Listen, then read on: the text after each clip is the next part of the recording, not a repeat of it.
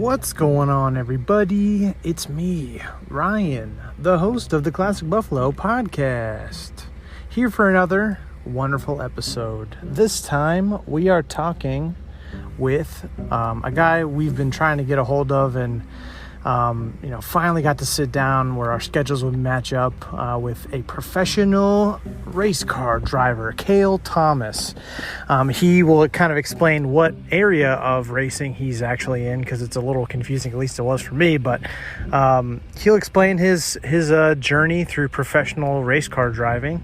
And the things he's learned along the way, because most of his success or kind of some really cool things are happening as of recent, which is cool to capture on the podcast. But a really cool moment happened, that a seemingly very bad thing happened, and it led him to some absolutely beautiful things that happened out of a really shitty situation, which is pretty cool to see how he's been able to handle everything surrounding what happened after he got in an accident, a pretty bad accident, actually. So today is book 66. I hope you enjoy it. Here we go.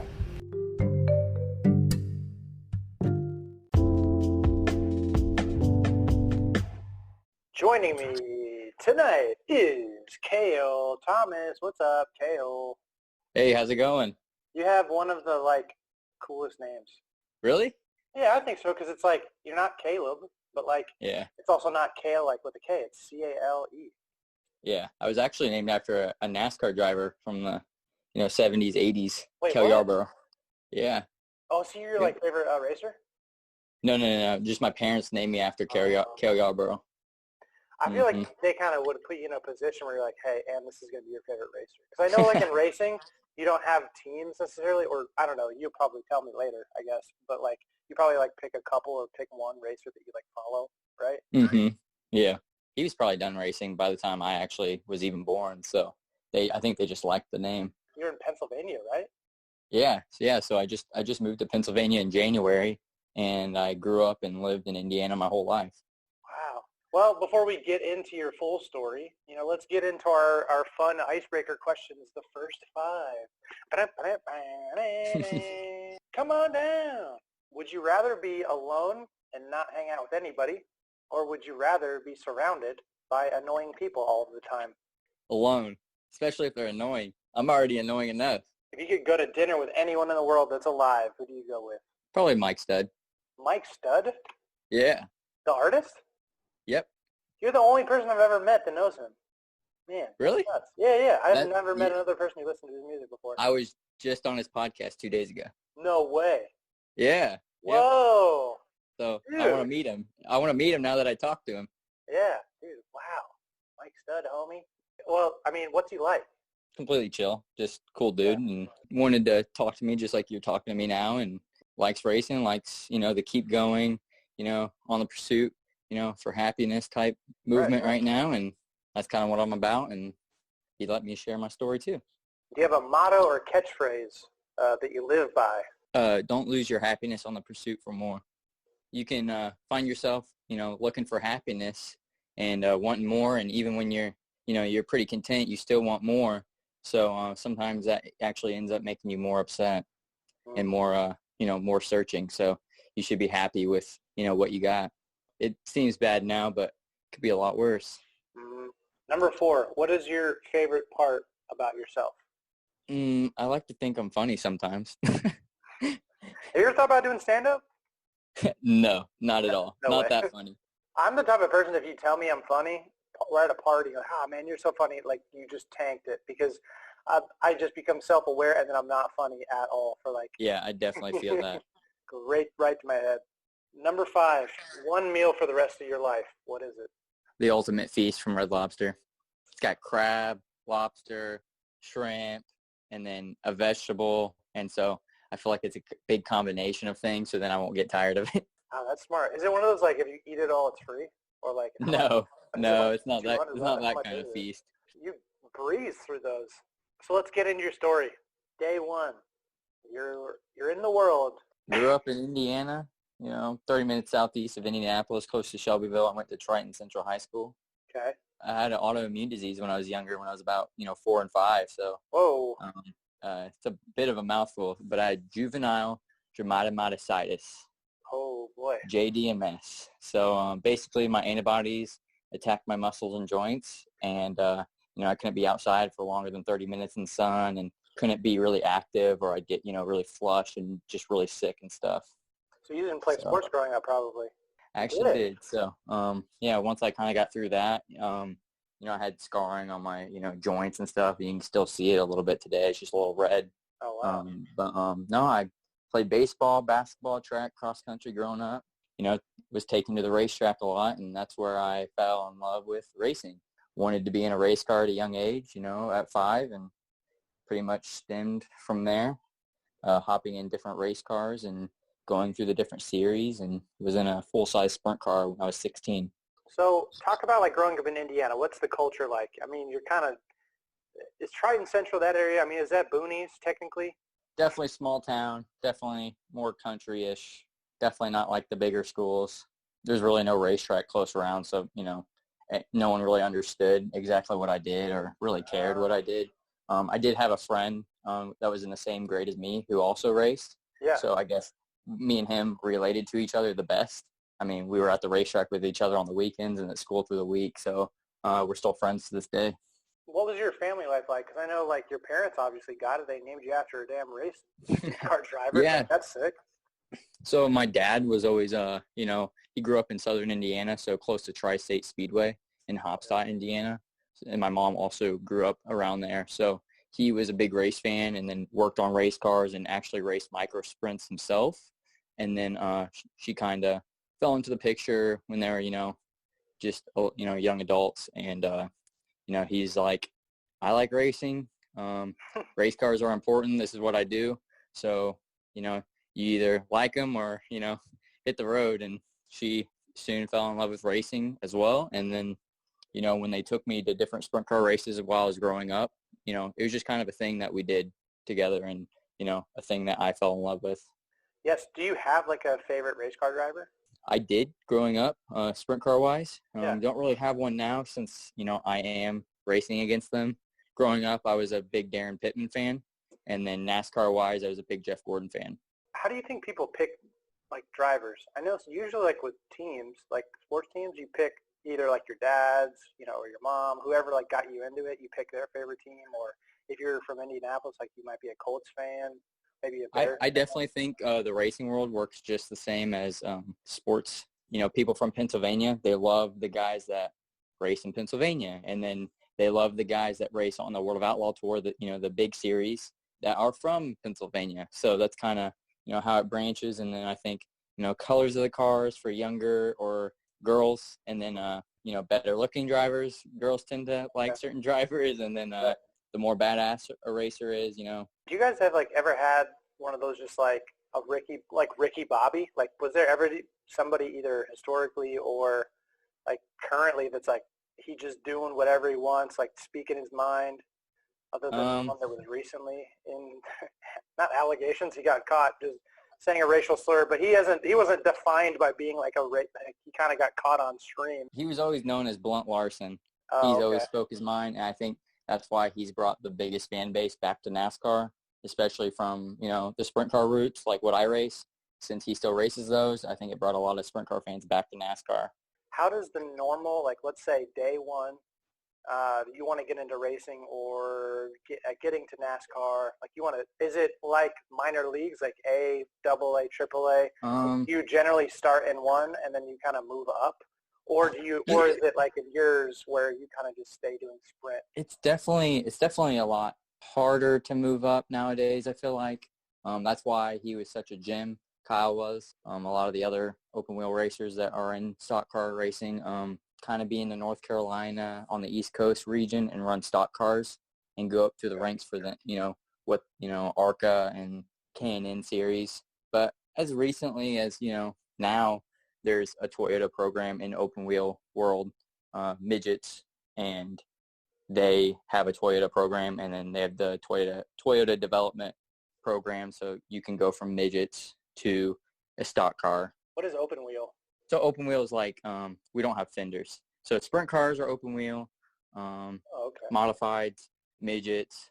So basically anything on dirt. I mean, late models are stock car though, Okay. but sprint car wise though, I mean, you can make a living doing it, and it's, I wouldn't consider a step down from NASCAR whatsoever. That's why, Larson himself still races sprint cars a lot because, it's a challenge and, they're really fun, really cool to watch. And 1,400 pounds is, not a step down. I mean, Right. we technically have more horsepower than NASCAR now because of their, they control the package and stuff like that.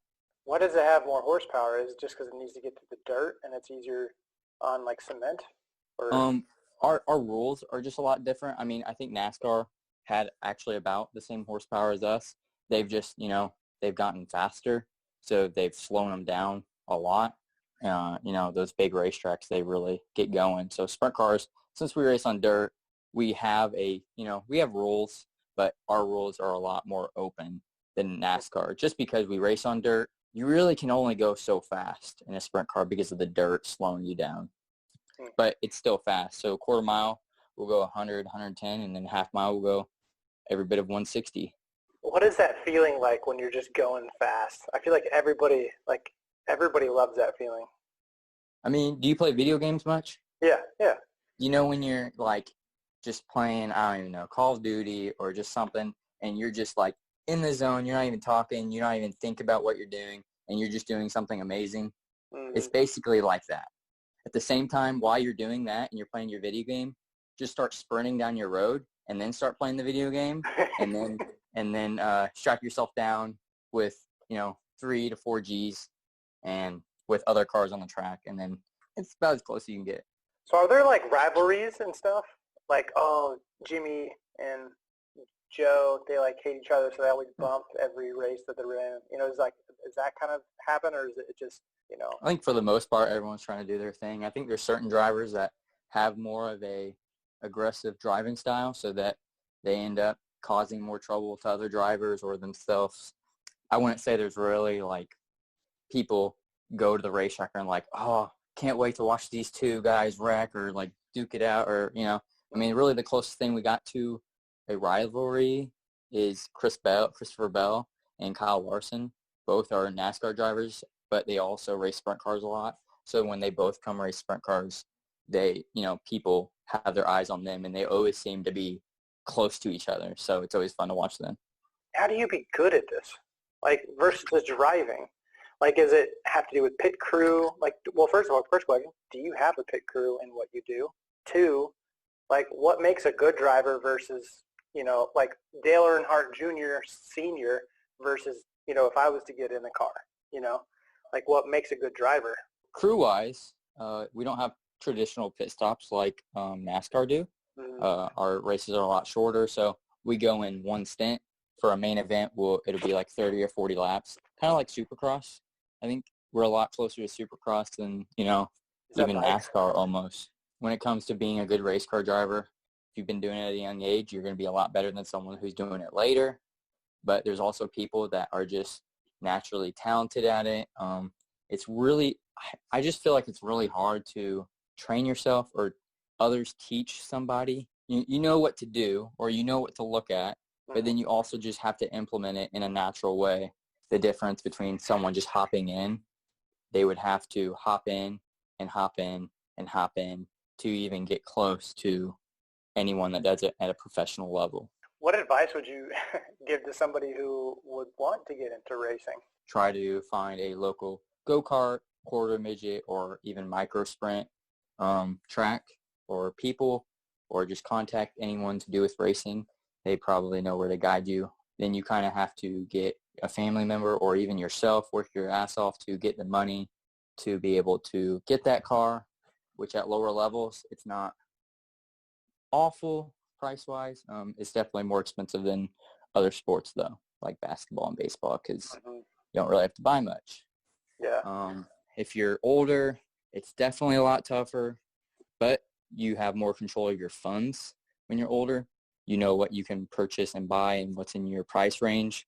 And then you just kind of have to buy whatever you really want to do. I mean, whatever's close to you. racetrack wise. Did you always want to be a race car driver, like do it full time? Do you remember what was your dream growing up? In quarter midgets when I was a kid, I didn't really think about it. When I moved to micros, kind of thought about it, but it also just seemed so far away that I didn't even think about it. And then I think my last year of micros, when I set the world on fire and just was winning everything before I hopped in a sprint car, and I started winning, big money shows. I think that's when I realized, like, people are noticing me. I was kind of getting, fans. And so then it was starting to set in. I'm about almost turning 16 years old. You just start realizing those types of things. And then when you get a taste of it, you want more of it. So you want to keep doing it, and get better. Yeah, did you get recognized at your high school or like people like in the city that you got recognized? And what does that feel like to actually get recognized? I think mostly just at the racetrack and race fans that go to the races. Mm-hmm. Definitely not the city. Definitely not my school at all. I'm going and, doing autograph sessions and signing shirts and then like winning $5,000 at 15 years old. Wow. And then I go back to school on Monday and I'm just a normal kid and no one even knows what even went on this past weekend. Did that bother you that people really weren't into it as much as you would have wanted? 110%. Like it really bothered. They cared more about the Friday football game than they did what I did on Saturday.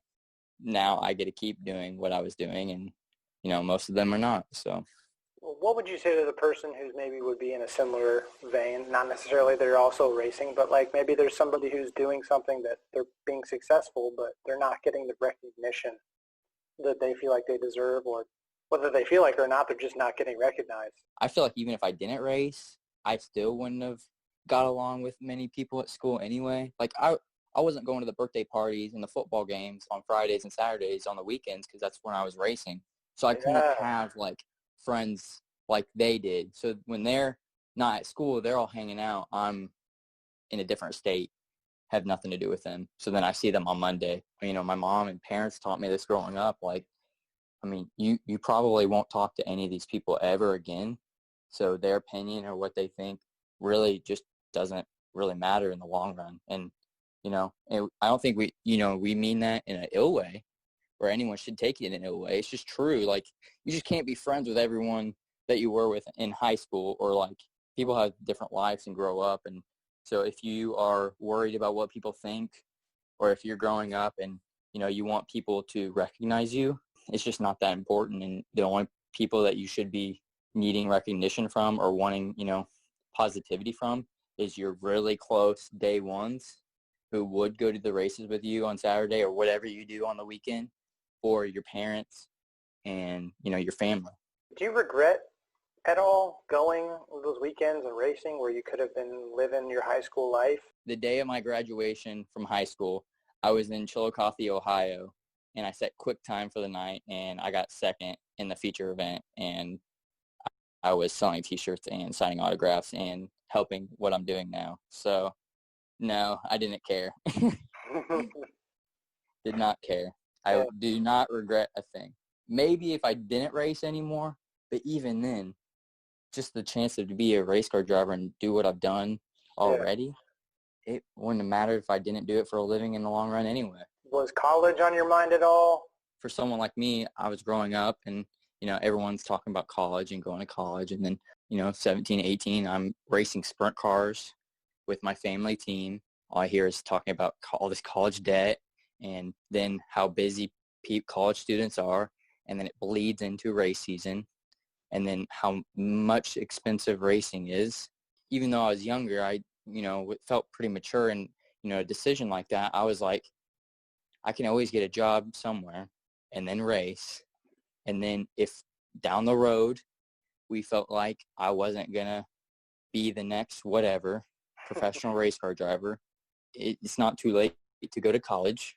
I decided that I wasn't going to go right now. I was putting it on pause, and there's a lot of things that, in this world that change. And I decided that I wanted to try to put my full focus 100% into being a sprint car driver or a race car driver in general.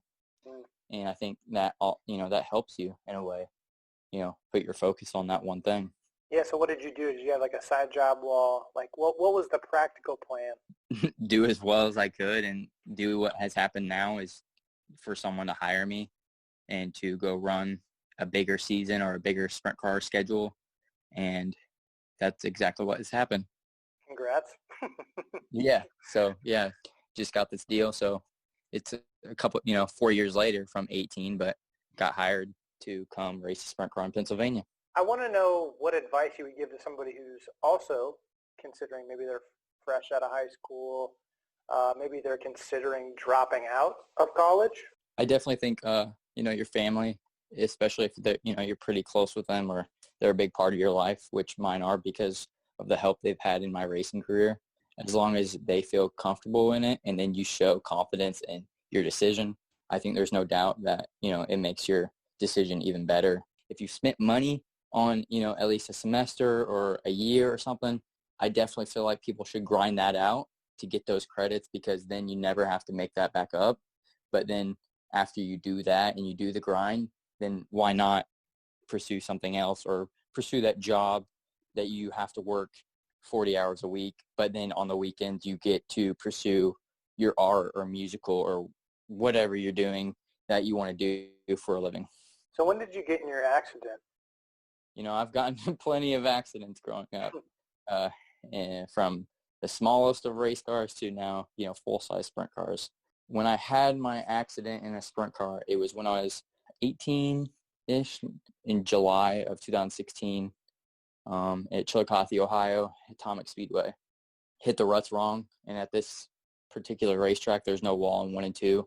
It's kind of a flat, and then there's concrete barriers on the outside, and completely took those out and then went down this hill and flipped down a hill. And the hill wasn't the bad part as much as the concrete barriers. I mean, I totaled them and went through them essentially. So just the amount of force, I was probably going 120 miles an hour.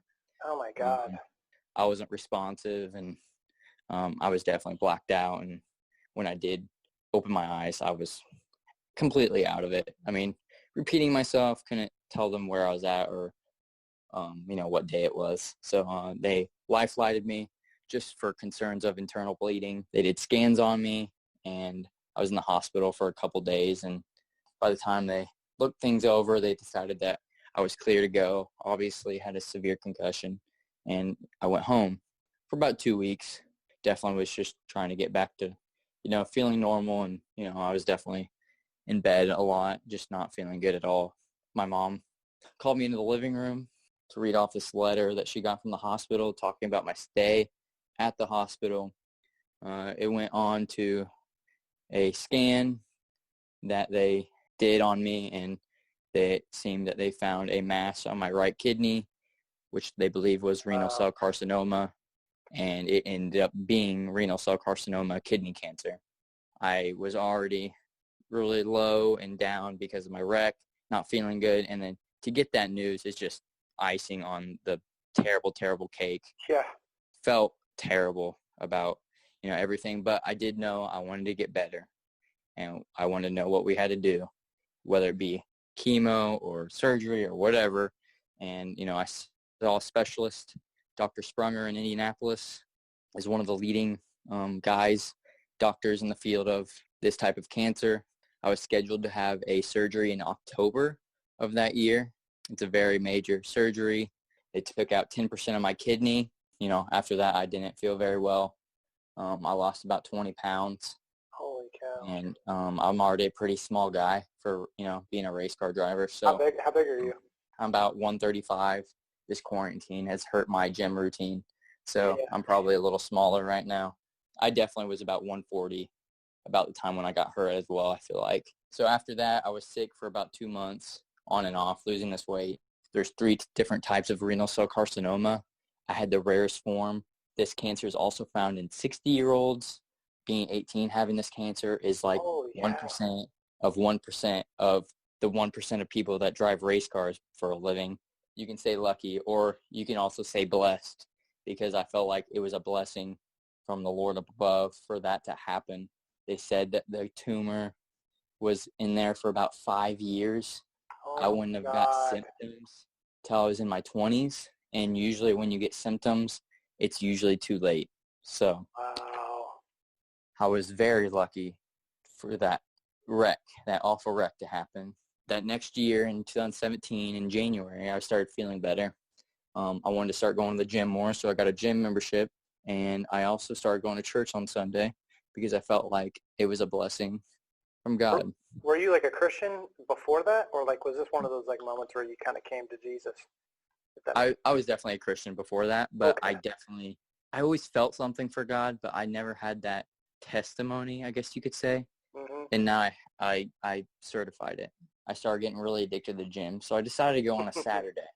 A lot of traffic area, so the chances that I ran into my pastor on that Saturday that I never work out at, I ran into him, and I said, "Hey, Gary." He said, "Hey, you an athlete or something?" I said, "Yeah, I drive race cars." And he's like, "Oh, wow, that's cool." He's like, "Do you have any bad wrecks?" And I was like, "I got a story for you." I explained my bad accident, getting the Yeah. cancer, and then how it kind of led me to the gym and to his service every Sunday. And he said, "Wow, that's an amazing story. I want you to start coming to this group that meets on Thursdays. It's a college ministry group, so young adults." And I started going every Thursday that whole summer and that whole year. Won my first sprint car race that year after my redemption from getting hurt. That winter, they were talking about an organization that works close with our church called Rapha House, now renamed Rapha International. It was a program that helps girls who have been through sex trafficking and been in terrible, terrible situations. They talked about the mission trip, and you go to Cambodia.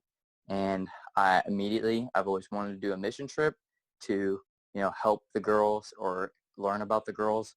That March in 2018, I went halfway across the world to Cambodia to see these lovely girls. It was one of the best experiences of my life. Yeah, what was that like? It's a third world country. You wouldn't believe the amount of American stuff they do have, though. It was pretty surprising to me. But I thought it was going to be a little bit scarier than I thought, just on the surface. A different area, different people. They know I'm different. I'm American. I never felt in danger one bit. The people loved us there. They were scared at first, a little bit, strangers, but at the end of the week, I have a 5-year-old girl clinging to my leg, bawling her eyes out, crying because we were leaving that week, that day. And so it was just such an emotional roller coaster to, hear the stories, have the services that we did with the girls, and then the games, the food was amazing. Everyone's smiling over there. It was really great to just step back and just, appreciate the stuff we do have in America.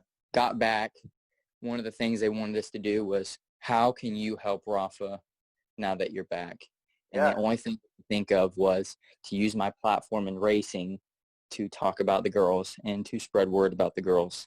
About a month later from when I got back, I won my first All-Star race, which Tony Stewart owns that series, and it was one of the biggest wins of my career. And I got to do the whole spiel about sponsors and how the race went, and at the end, I gave a shout-out to Rapha and to the girls, and after that, tons of people asked me about it and wanted to know more, wanted to know how they wanted to help.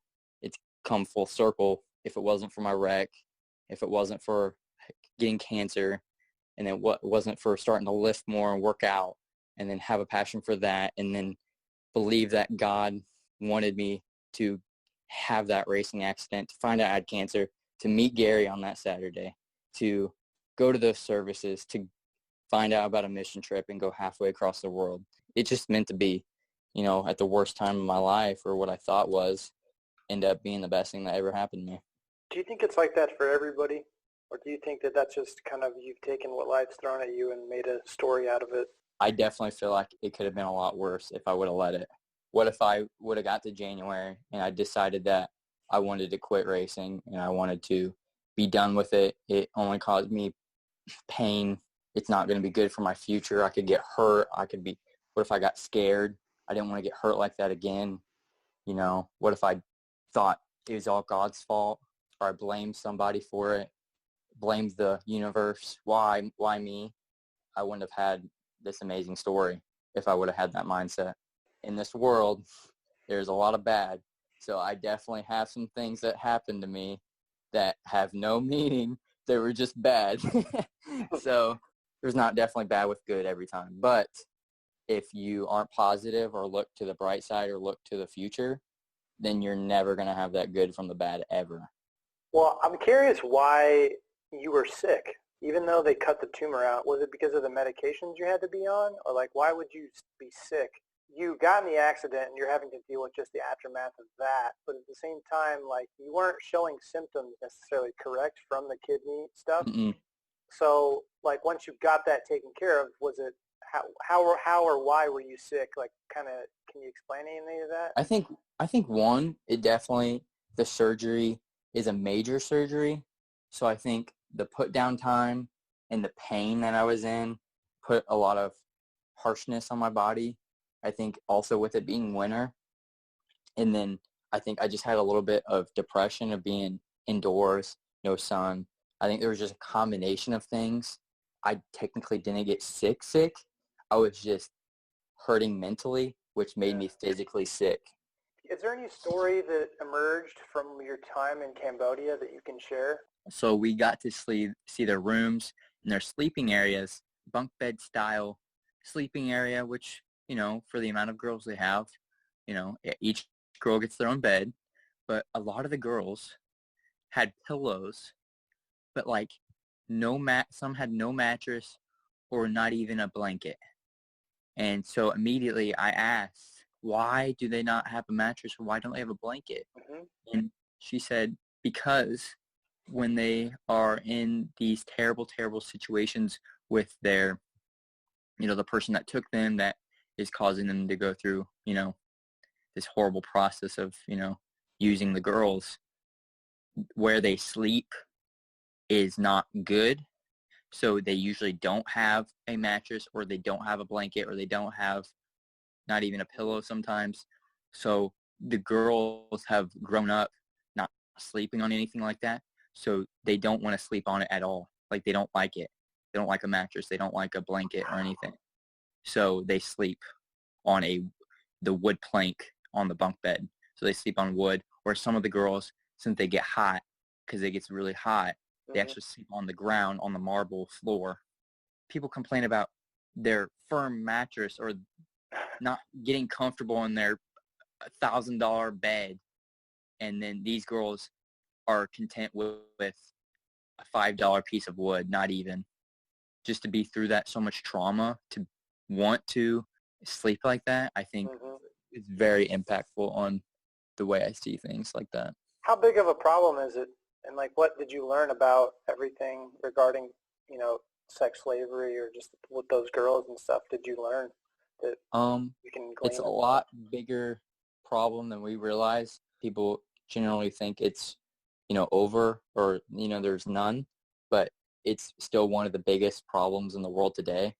I think even I learned in America, 500,000 girls are sex trafficked in America each year. That is a crazy number for us not talking about it or no one really doing anything about it. What's the average age? Any idea? Like, is it really young or is it like 15, 16, 17? I mean, not that I saw worse or better. I saw every age in Cambodia. Definitely there was a lot yet more younger ones. Definitely between 5 and 12. Definitely from 12, but there was about 5 to 7 year olds. So what can we do? Like, what's like a practical thing that someone's getting riled up over here? You know, like if I'm really passionate, how can we help, whether through Rapha House or just in general? Like, how can we bring awareness or make an impact on this? You can obviously donate money to the organization. They also have a kids club. We got to visit over there. So it's in the community. So both boys and girls come to this kids club. And the reason being is, one, you know, their parents may not be able to keep care of their kids as well, maybe because of a job or just even in general not being able to make enough money to get food or water or anything like that. So that kids club both keeps the kids going there after school so they're not getting into any kind of trouble or getting taken or anything like that, and then donate to a child or a family, kind of both. So basically you're, I think it's like $40 a month, and you're not only giving food and supplies to the kid as well as the family. So then a common thing that happens is the family cannot take care of the child, and so a big scary man comes and says, I will take your kid, and they will go to a nice school or college in a different country, and I will take care of them, and you don't have to worry about it. And then the parents, sees their starving children, and they're starving themselves. So really they have no option, or they feel like they have no option, and they let the big scary man take their child. And so when Rapha gets these girls, I think for the most part, they find the family, and then I think they look at the situation before they tell the family, but then usually the family has open arms and wants to be included in the healing process. Do you get passionate about a lot of different issues, including this one, or is there one that sticks out? I know you're passionate about racing too. Obviously, you do it a lot. But if I was to ask you that question, what would your answer first thing come to your mind? Definitely those girls. I've been dealing with my own different situation over here to even, focus on them. I definitely do my part as best as I can on social media to retweet, and to, give shout out to the girls and what Rapha's doing. I'm always keeping up with that. I guess one thing I just wish everyone was more positive and happy and stop being so negative to each other, but that's just how it works in this world. Last 6 months, kind of exciting, you being signed, or, I don't really know what you got bought. I'm trying to understand it. I don't know too much about racing, but kind of in January, you've got what? You got bought, correct? Or kind of just, I'll let you explain it. What kind of happened? I basically just got a new job. I got hired. December, I got a phone call from Mr. John Trone, car owner in Pennsylvania. Immediately hit it off. He said he wanted a younger driver, and he wanted someone who could do good, win him some races, and then, also bring respect. So I definitely wanted to hop in the, driver's seat and represent him. Growing up, it's always been my dream to run for somebody else, especially, a prestigious car like his. He's been around since, the car itself, car owner, car team, I should say, has been around since the 60s and 50s, back when they didn't race sprint cars back then. So the same number and everything, Trone Outdoor. I went and flew and met him in the end of December. Into January, I came all the way out to Pennsylvania and moved. And I've ran 6 races so far, actually, before the unfortunate COVID-19 has plagued itself in the United States. The first couple of weeks didn't go to perfection at all by any means, but when you bring a new driver in who's younger, and then you have a team that's not used to him, and then we technically didn't even have a crew chief for the first couple races, so they didn't go very well. I saw a lot of negative things on the internet, which I probably should just shut off and not look at, but knowing me, I wanted to read every single one. I didn't respond to any of them, but it definitely put a chip on my shoulder that I definitely feel like I can do this. Them telling me I need to go back to Indiana, put somebody else in the car after just 1 race, 2 races, 3 races.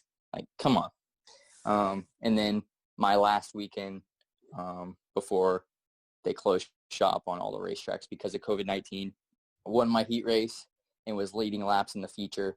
Lap car actually flipped in front of me, and I had to, gracefully tap the wall on my way by to miss him, and the right rear wheel got bent, and so I had to go pull it into the pits and get that changed. So I had to start in the back and weaseled some spots, but definitely was not leading like I was before that. So, heck, I've already led laps in a new race car up front, so definitely have speed. And the next day, went to a new racetrack I've never went to before and won my heat race and ran 15th or whatever in the feature against really great competition. And this is one of the hardest racetracks in the United States, Williams Grove Speedway in Mechanicsburg, Pennsylvania. So what makes it hard? This particular track is a half mile, and it's shaped like a paperclip. So you're going down these long, long straightaways, and then you have this tight corner, and there's minimum baking. You're fighting the dirt. You're going on these high speeds, and then you have dirty air from other competitors. Obviously, I haven't raced there enough to even know why it's difficult still, because I was having my own troubles. The competition definitely makes that place harder too. So you have, when the World of Outlaws come, the main series, the main guys who travel the United States, when they come through, they race against the Pennsylvania Posse, which now they're saying I'm adopted Posse now because I have a Pennsylvania car owner. So it's Posse versus Outlaws when the Outlaws come in town. So there's your rivalry that you wanted. That's the biggest one. So we have all right, I'm into NASCAR. I'm in. Sprint car world has that rivalry for Outlaws versus Posse. Okay, so you're still doing dirt technically. Yeah, are you it's all on? the same. Okay, are you doing like a salary, or like do you make money based on like kind of poker wise, like top 5 make progressively more depending on how you finish, or only if you get first? How do you make money in? You don't have to tell me exact numbers and stuff, but I'm just curious how you make money in what you do. Just how I perform. You get a certain percentage, and so the better I do, that's better in percentage forms. So then that's the more money I make. So the better I do, the more I make. So, like, are there other people on the team, or is it like you have one dude who basically is kind of like an investor, like where it's technically there's no one on your team, it's just one guy who has a car and wants you to drive it? So he owns his own car, his own team, I should say, and I am the driver, but I also help on it and do things for the week. And then there's just a couple guys that come through the week that actually aren't even paid. They just love race cars, love helping on race cars. So, they help me and work on the race car. And then I currently still technically don't have a paid crew chief still, especially since COVID came. We were on the look. A guy by the name of Kevin Fry, who's been a crew chief in sprint car racing for a long time. He's actually been helping me, and he went to that last weekend, which I think is a big reason why I did so well, was because he was working on it and setting it up, but he has another job. So he's basically been doing it for just because he likes me, actually. So he actually got he's been friends with John Trone, so he kind of pushed John to give me a shout and kind of put this whole deal together. So I think he wanted to help since we didn't have a crew chief. So basically the crew chief in sprint car land, makes the calls, but also just, works on the race car itself. So right now it's definitely not, number one priority because we have Kevin, we have COVID. So we have COVID.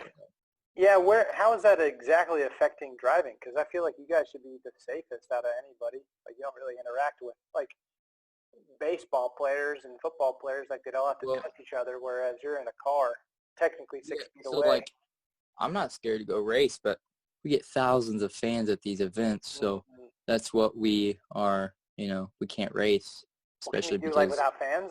Isn't that where sports is kind of going? Like, kind of... So, there's a sprint car race, an invitational going on right now. Invitational as in you first come, first serve. So, I think they filled all 32 spots. So, there's going to be a sprint car race in South Dakota. And actually today they released a press release that they're not allowing fans at the show. So they'll just have the teams and then the drivers and stuff. So it'll just be interesting to see how that goes. But it's an outdoor sport.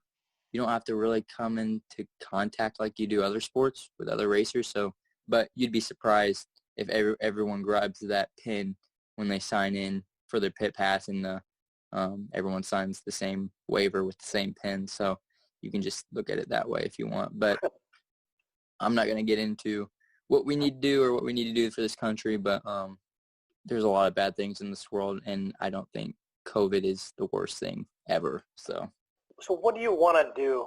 Like, we're talking this year, next 5 years. Are there things out there you want to put on record?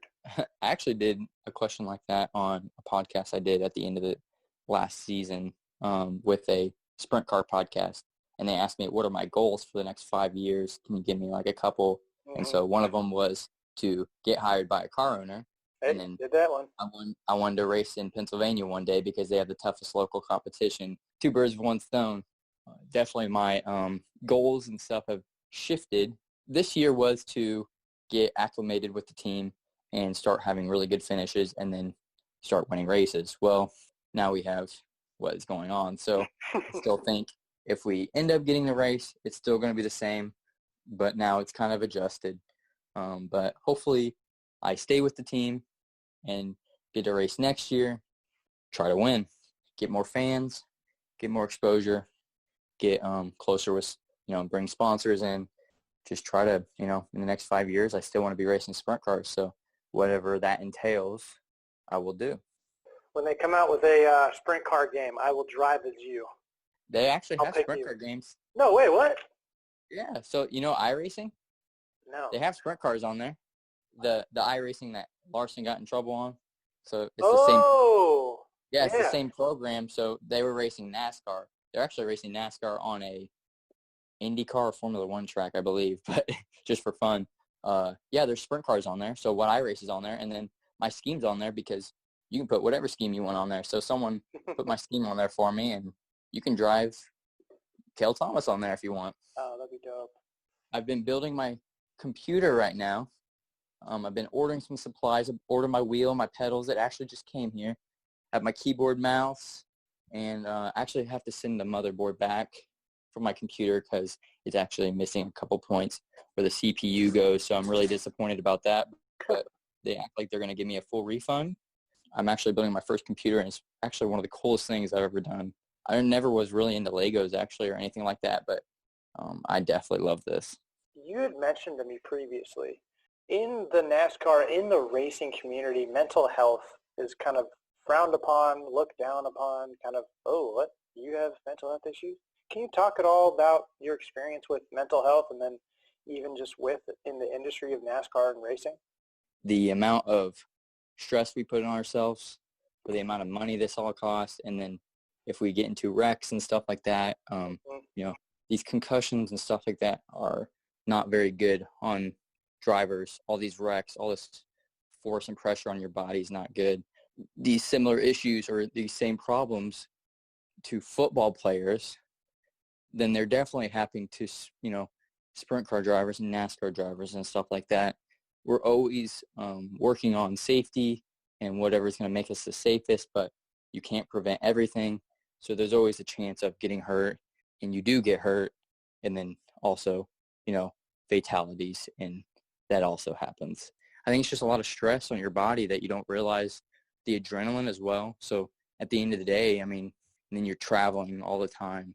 I think you're not sitting still and not having a routine especially for the outlaw guys who travel and stuff. So they're on the road for days on end in their motorhomes or their hotel rooms from hotel to hotel. I think it's just a very, very tough, demanding sport. You're racing and you're eating junk food on the road, and it's more of a male-dominant sport. So I think you just have a lot of tough guys that don't want to talk about their feelings or don't want to talk about what's bothering them. And, I've definitely had wrecks, and I think one of them was, my main accident. That time where I had the surgery, and then, that winter, I just wasn't in a really good place. And I've wrecked before where I've hit the wall so hard. They came to me and came to my car, and they're like, "Are you okay? Are you okay?" I'm like, "I think I'm fine. I just can't see right now." Oh, my God. So what the TV, when you're on the wrong channel and it does the little sprinkles? So imagine that, but like colors. So like you're seeing what you're seeing, but like it looks like that. That's what I was seeing. So I just sat in my race car for about a couple minutes till I could finally see enough to get out. And so I just, that probably can't be good on your brain, So what do you do to like improve your mental health, like you personally? Like what's your self-care routine look like? I love tea. I love hot tea and stuff like that. So definitely when I'm not feeling very well, or maybe not having hot tea after a race, but like definitely like the next morning I like tea and stuff like that. Usually I'm drinking water after the race. I actually have an e-potch, which is I think it's just the company. It's like a purifier, so it uses natural essential oils. Oh, essential yeah, oils. yeah. Yeah, so like peppermint, I have peppermint. I love that one for headaches and stuff like that. And, I just have different lavender, different ones for different, situations. So I like turning that on to make me feel better. And video games are huge for giving me that same, quick decision making. I get my heart pounding. You can get that adrenaline. The closest thing to adrenaline, playing a video game if you're serious. So like I play Apex Legends and, Call of Duty and stuff like that. So running and going to the gym mindset wise, doing that last rep even though your arms hurt and stuff like that. Same with the race car. You might have a tight race car so you get tired quicker. Just one more corner, one more lap. I have to hit this lap perfect, set a better lap time for qualifying. So I think, working out helps with that. What would you say to somebody who maybe feels alone or feels like they're the only one who's going through XYZ? I guarantee, even though you may not feel like it, there's definitely one person that would want to help you. You just got to figure out who that one person is. And sometimes that's definitely hard. But if you find that one person and they give you what you need to hear, then make sure you continue to talk to that person. Sometimes you don't even need to talk to anybody. I get down all the time sometimes, even though I have this positive mindset, it happens. Sometimes you just get down on yourself just because sometimes, everyone will tell you, similar things like you just got to keep going or do this or do that, and sometimes you just got to like, what do you want to do right now? What will make you feel better right now? And you need to do that. So the things that make me feel better, like the hot tea and the essential oils and just a routine like that, maybe try to find your comfort, whether it be a food or something like that, and you need to do it. Yeah, I got this like thing the other day that was sent to me. It was like a sheet of paper that had like a line down the middle, and it said like things that give me energy and things that take it away, or like things that, and separating that, kind of a cool exercise to help you practically figure out what are things in life, whether it's food, video games, working out, whatever, what gives you energy, and then what people, what things take away energy. That's an amazing exercise. Yeah, right? Like that's everyone, like that should be required in school. Everyone needs to do that. That's awesome. I might do that. Yeah. Definitely right now, quarantine is. Yeah, how are you doing? I've definitely been better. I'm not doing super great right now, but I'm not doing the things that I need to do to find an outlet. I've actually been running a lot. I actually ran a little less. Didn't run this weekend, so I think I'm kind of hitting that. I need to go for another run again. It makes me feel a lot better. Yeah. I also think the weather plays a part, so it hasn't been really sunny and rainy. And it's been rainy recently and cold. When it was sunny like a week and a half ago, I was outside doing landscape work, cleaning the house, and, it just makes you feel good when you do stuff like that. And that's what you kind of have to do right now. You may, have nothing to do right now, but you need to figure out something to do because it makes you feel like you have a purpose and stuff. So if you're not doing anything, then you kind of get, run down, and then it's a vicious cycle.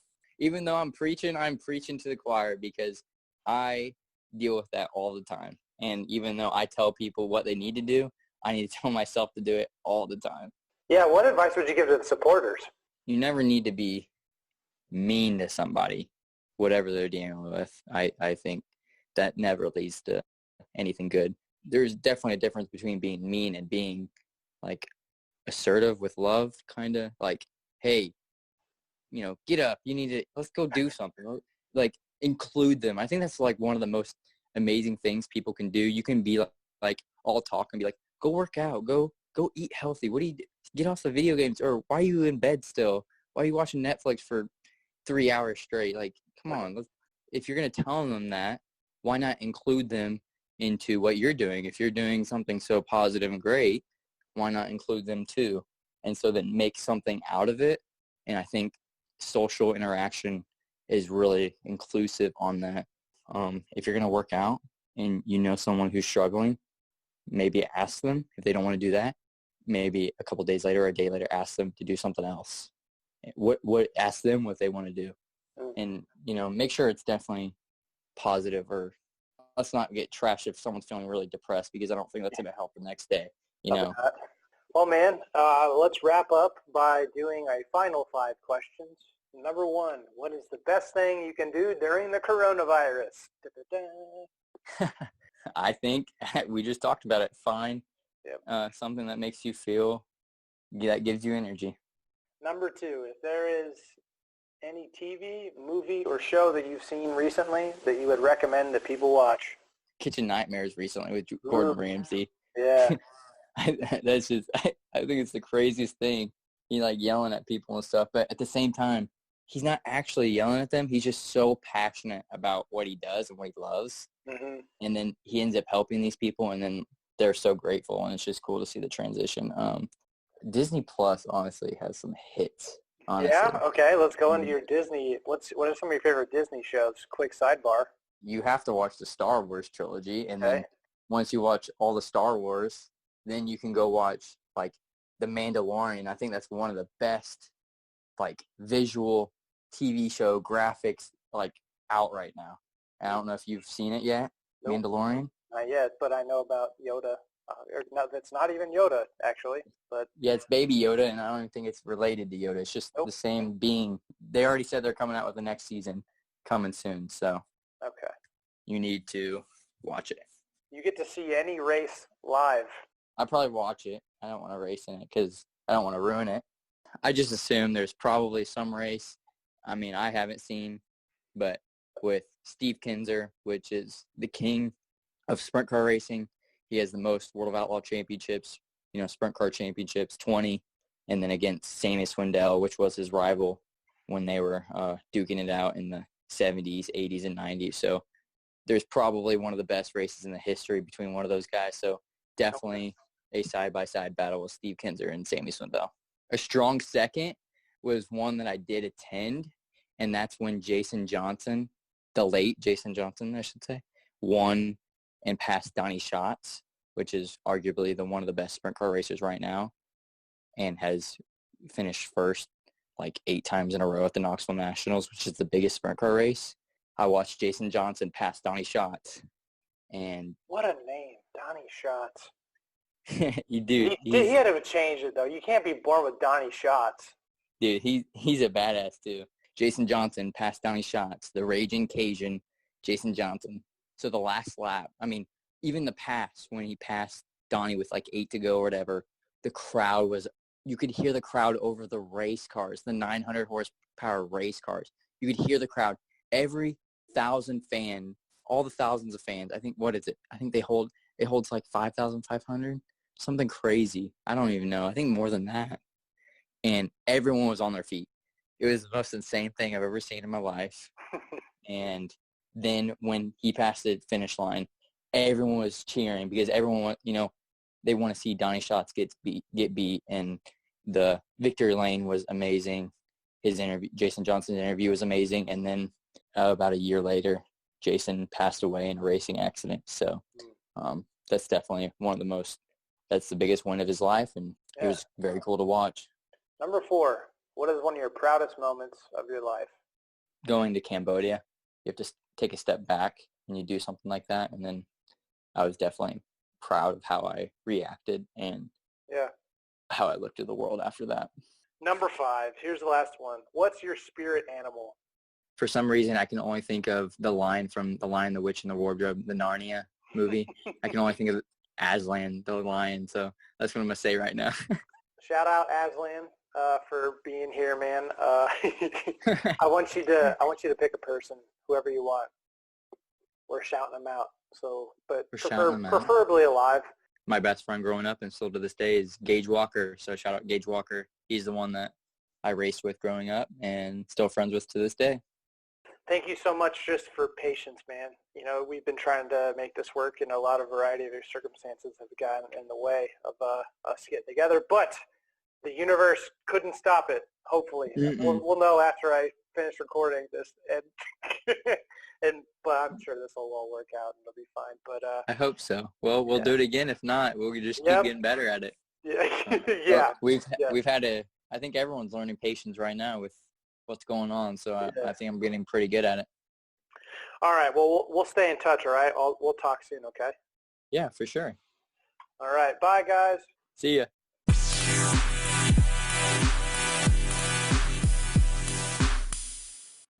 Hey everybody, this is Ryan from the Classic Buffalo Podcast. Wanted to take a second to talk about Anchor, how I'm actually making this podcast happen. Super happy that I'm partnering with them.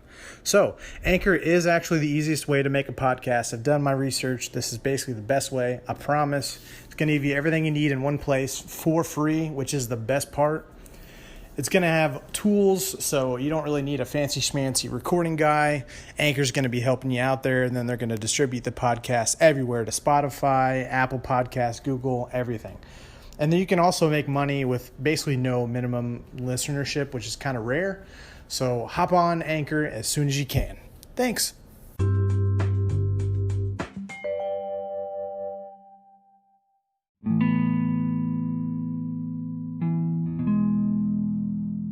And that is the episode. Thank you so much for listening to our conversation between me and my buddy Cale. If you'd like to be like Cale and maybe hop on and talk about what's been going on recently in the past, what are you passionate about, what have you gone through, we'll talk about anything here.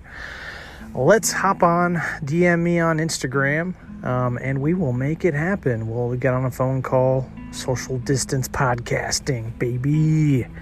So yeah, just a couple of thoughts and just observations. You know, Cale was very patient with having some recording difficulties a couple of months back. And, you know, little moments like this in my podcasting journey where something goes wrong in the very beginning and we lose half the footage, we lose this or that. And then kind of the second time coming back, it's just interesting where there's like a gap of time and then something key or something interesting happens. And so it's almost like we have either, half a conversation and then it's like, well, hey, we haven't talked in a little bit. I don't know. It's just, it's sort of like a way, ironically, kind of about what this episode was about, is like taking a shitty thing and turning it into, a good thing.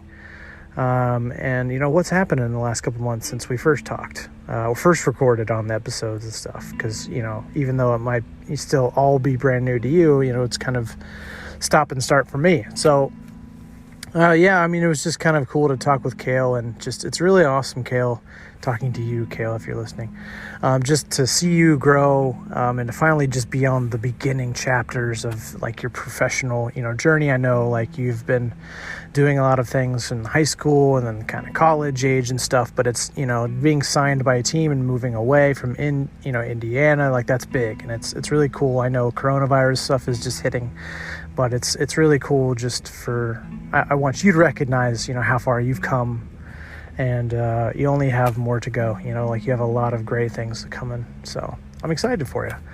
And it's truly a joy to have had some time to talk with you and kind of share your story. So, the biggest thing, again, what I just mentioned previously, sort of, is just like how something can happen to you.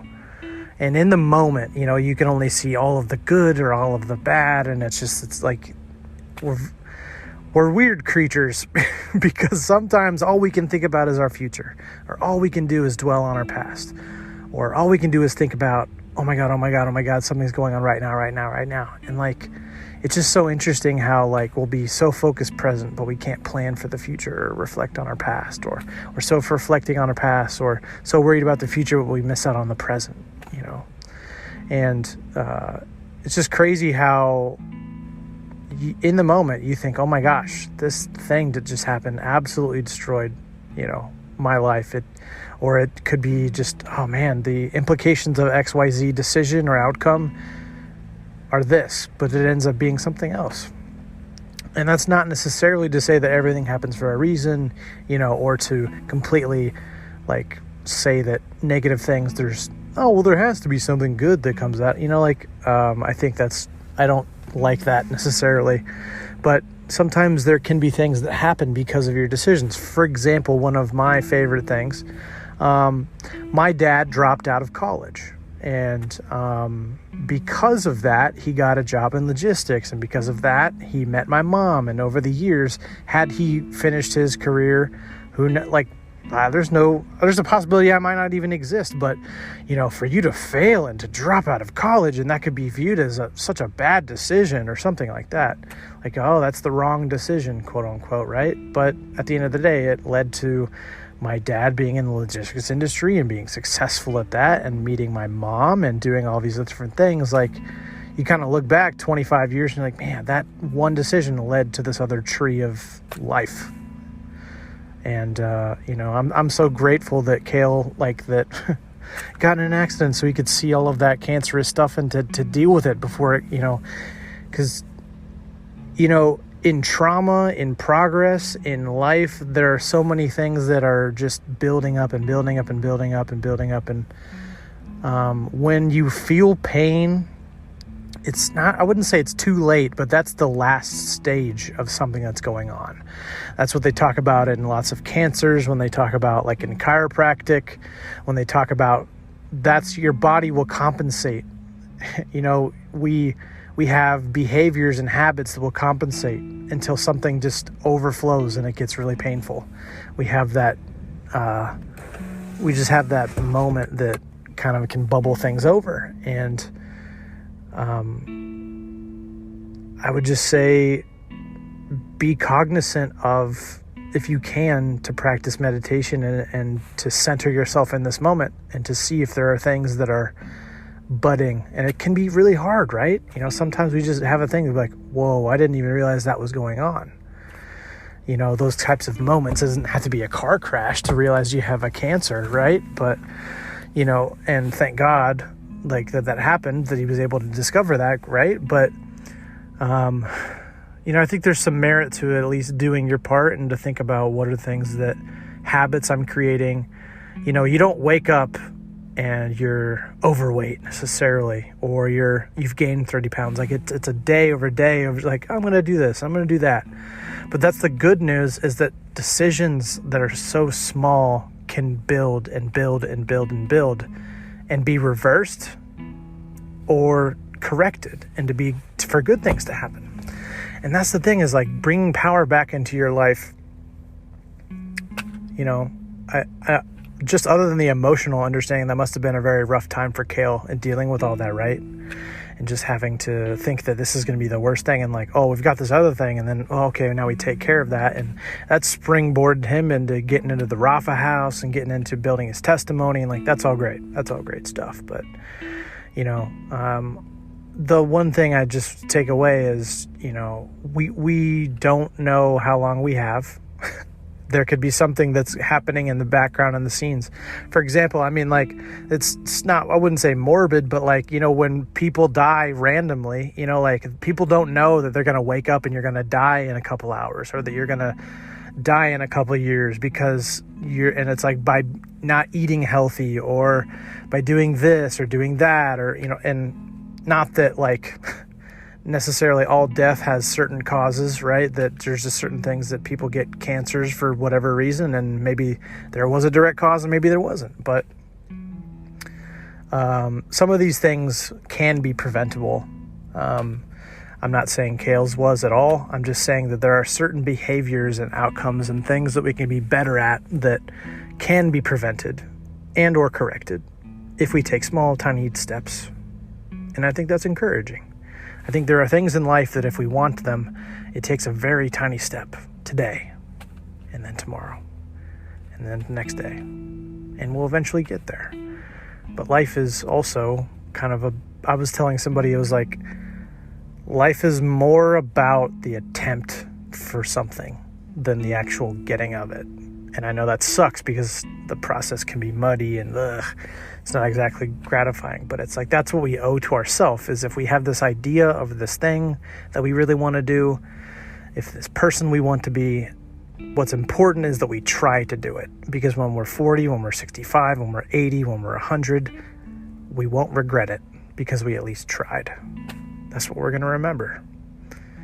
And I want you guys to remember that.